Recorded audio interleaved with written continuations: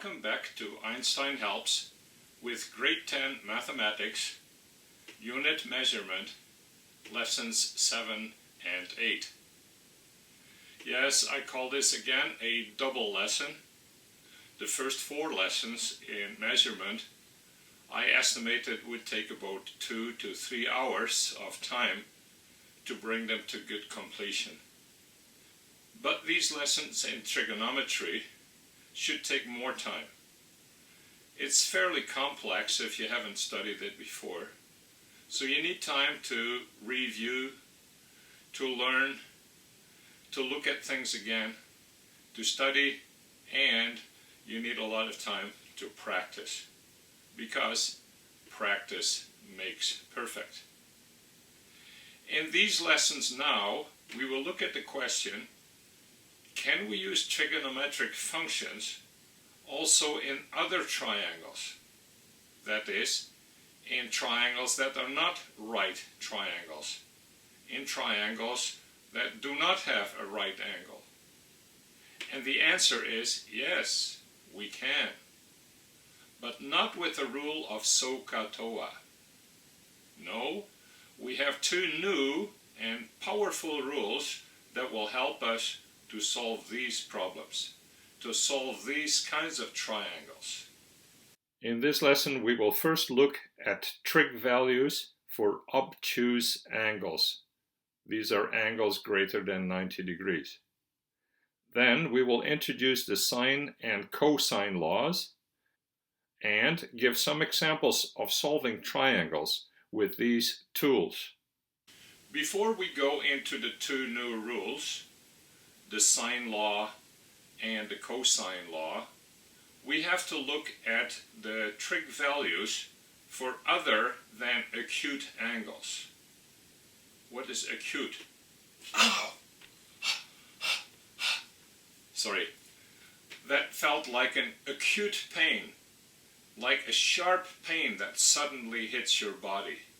So the word acute means sharp, and indeed, if the angle is smaller than 90 degrees, especially much smaller, then it looks like a sharp angle. Now, if the angle is greater than 90 degrees, so wider than a right angle, we call it obtuse. Obtuse is the opposite of sharp. So somebody can have a sharp mind and is kind of quick to respond and to think things through. But we also use the word obtuse for the mind, if you don't get it so quickly. In the movie Shawshank Redemption, Andy Dufresne is in jail for a murder that he did not commit. And then he hears from another guy about a fellow who had probably done it and committed the crime. So Andy goes to the warden to see if he could reappeal the case. The warden, Samuel Norton, is not interested. He says, no, there's no chance. It's impossible to go after that. You will never find out. It's not worth the trouble. And then Andy says, how can you be so obtuse? And the warden gets very angry with Andy. Now, if an angle is 180 degrees, it doesn't look like an angle anymore. It looks like a line with just a point somewhere in the middle. But we will call this a straight angle. And if it goes beyond even that, so the angle is greater than 180 degrees, we call it a reflex angle.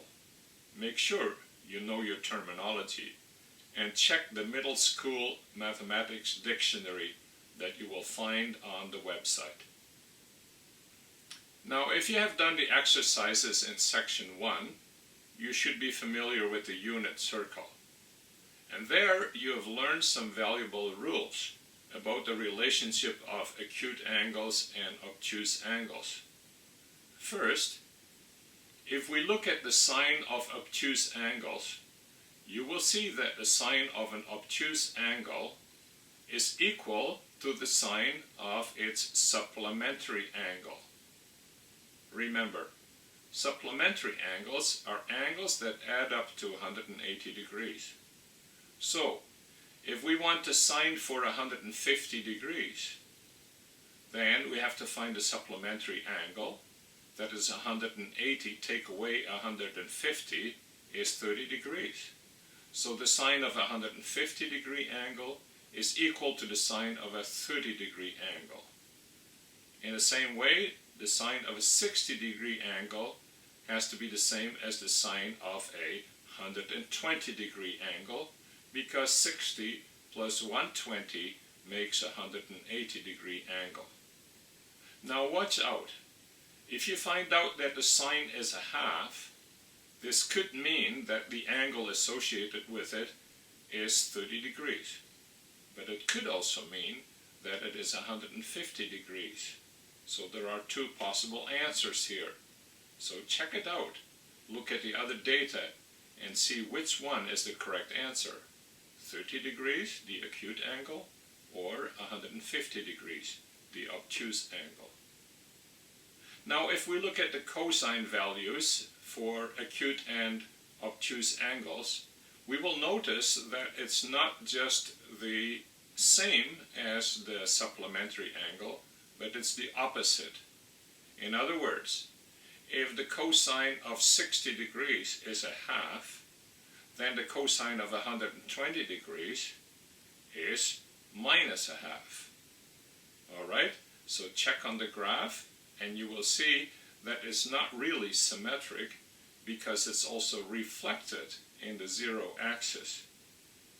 So if the cosine of alpha is x, then the cosine of 180 take away alpha is negative x.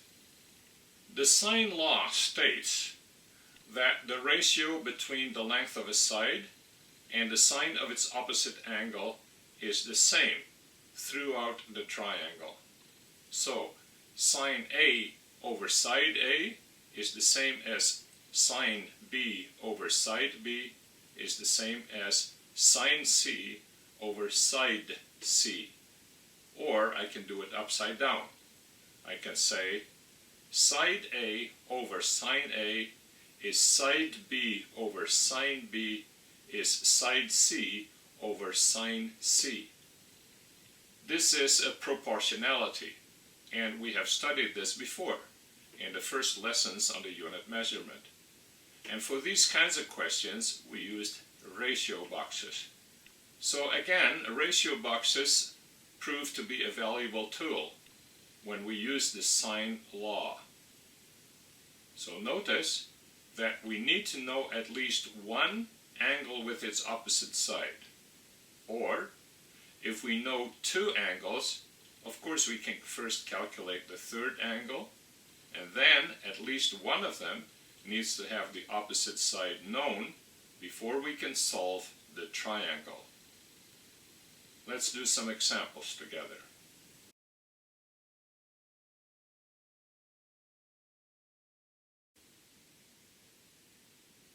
Angle A is 30 degrees. And side A is 5 centimeter.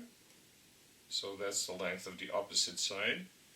And side B is also provided across from angle B. And so side B is given to be 8 centimeters. Alright, well, because we know the degrees here, I can enter the sine here. And if you haven't memorized it yet, you can use your calculator to find the sine of 30, and the sine of 30 is a half. I will write 0.5.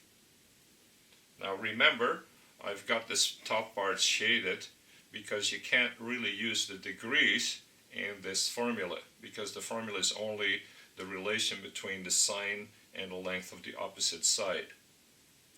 Alright, we will start with the first part. So this is the ratio box we're dealing with. And you can see that 3 of the 4 places are filled in. So it's a little puzzle, and I can find the value of the 4th box. Now remember cross multiplication.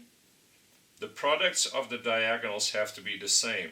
So 0.5 times 8 is 4, And divide by 5 is 4/5. 4/5 is 8/10. So this is 0.8 will be the sine of angle B. So to find the angle B, now I have to do the second sine 0.8 equals, and I get 53.13 and a bit. I round it off to 1 decimal point, so I get 53.1 degree. Where do we go next? So we did a cross multiplication here to figure out this one. And from 0.8 as a sine, I could find the angle in this way. So, did you get it? The next one I would do is I would use the two angles to find the third angle. These two together add up to 83.1. So I go 180 minus 83.1, and that will give me 96.9 degrees. 96.9 degrees. And now I have to find the sine of that. Sine answer equals 0.992757. Take at least 4 decimal places here. So here is 0.99276. I will get 5 decimal places here. Okay, now I can choose. I can use this ratio box, or I can skip the middle column and use the outside boxes. Because it's a little bit easier to keep it together, I will use it this time, I will use this. So I cross multiply, and I first find the product of the diagonal. So I have this already here, don't round it off, times 8 equals the product, and divide by 0.8 will give me the missing value. Divide by 0.8 gives me 9.927. I will round it off to 9.9 centimeters. Alright, now we solved the triangle.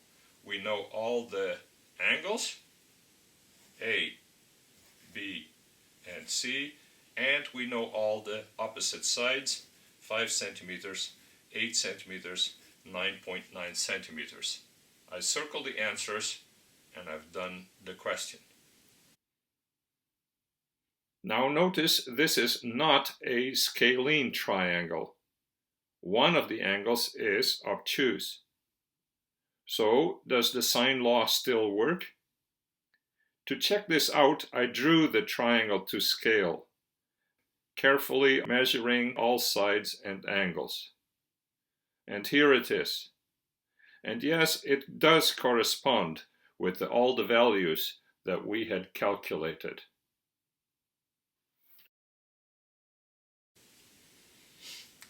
I come to the second question to solve with the sine law. And for this question, I have 2 angles and 1 side. Angle A is 60 degrees. Angle B is 50 degrees. And there's a side given, and that's side C. And side C is 25 centimeters. Now, can you solve this with the sine law? For the sine law, we had to have, for one of the letters, the angle and the opposite side. But for A, we only have the angle, B, we have the angle, and C, we only have a side. Oh yes, the 3 angles of a triangle have to add up to 180. 60 plus 50 is 110, so we're 70 degrees short for the 180. Let's see if that's right. 70 plus 50 is 120, plus 60 is 180. Now we can get started on this. I can find all the sines, and sine 60 equals half of square root of 3, which is 0.8660, and the sine of 50 equals 0.86 0.7660, and the sine of 70 equals 0.9397. I will round it to 7. All right, that looks a lot better. Now I know the 3 angles and I know one opposite side. So I focus on this ratio box first, and 3 values are given. This is the one I have to find. So multiply these. I go 25 times 0.7660. All right, that's the product. And I can divide it by the leftover. So divide by the previous answer equals 20.4 centimeters. I can do the same thing here. Now I use this as the ratio box. I multiply these. I got 20.379 times 0.8660 equals, that's the product, and I divide by 0.7660. Divide by 0.7660 equals 23.0 centimeters. All right, so you can show every time the steps.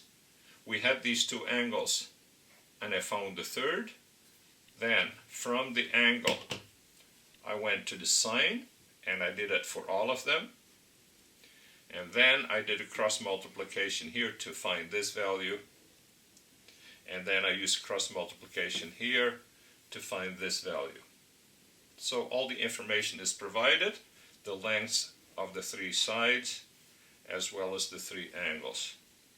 And the triangle has been solved. Now we will look at the cosine law. If you are interested, you should try and follow the question in the extension part, section 4, about the proof for the cosine law. It's a little bit involved, but you should be able to get it. And to follow a proof like that makes you understand and comprehend and memorize the rule better than if you did not. So this is cosine law, or the law of cosines. A squared equals b squared plus c squared minus 2bc cosine of a.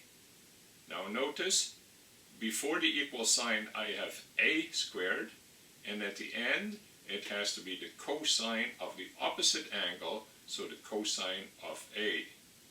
Now notice that in the cosine law we have 4 variables. We have the lengths of the sides, lowercase a, b, and c, and we have the cosine of one angle. So to use the cosine law, I need to have 3 of the 4 bits of information. So either I know all 3 sides and I can figure out an angle, or I need to know 2 sides and an angle, and it doesn't have to be an opposite angle, and then I can use the cosine law to find the 3rd side. Once you've used the cosine law, then usually you can find the rest of the information to solve the triangle by using the sine law. So if you like the sine law better than the cosine law, because it's a little bit less complicated, especially if you use the ratio boxes, usually, unless the question insists that you use the cosine law, you have to use the cosine law only one time, and you can suffice by using the sine law for the rest of the question. I have again a triangle ABC, and the sides are given to be 4, 5, and 6. No units are required, so make sure that in the answer I also don't add units for this question. 3 sides are given, but no angles are provided, so I have to start with the cosine rule. Okay, I can just start with a squared or b squared or c squared. It doesn't make a difference because it doesn't matter which angle I start with. A squared is b squared plus c squared minus 2bc cosine of the opposite angle is A. So you always start step 1 by writing down the formula the way you memorized it. And then you fill in the information that's known. And in this case, we know what A is because it's opposite A. So this is 6 squared, or 36. And we know what B squared is because that's the side opposite B. So that's 4 squared, and that's 16. And we know what C is because C is 5, so C squared is 25. Minus 2BC, 2. B again is 4. And C again is 5 times the cosine of A. So 36, I will leave that for now, equals 16 plus 25 is 41. And then minus 2 times 5 is 10, is 40 times the cosine of A. Now this is now a solving equation, and so I want to get rid of the 41 here, so I can do that. I can take away 41 as long as I do the same thing here, minus 41. So if I do that, I end up with minus 5 here, and these cancel out, so I end up with minus 40 cosine A here. Okay, so for convenience, I will multiply both sides by minus 1, and I will switch it around. Okay, I will switch it around and I do times or divide by minus 1. That will give me 40 cosine A equals 5. In other words, cosine A is 5 over 40.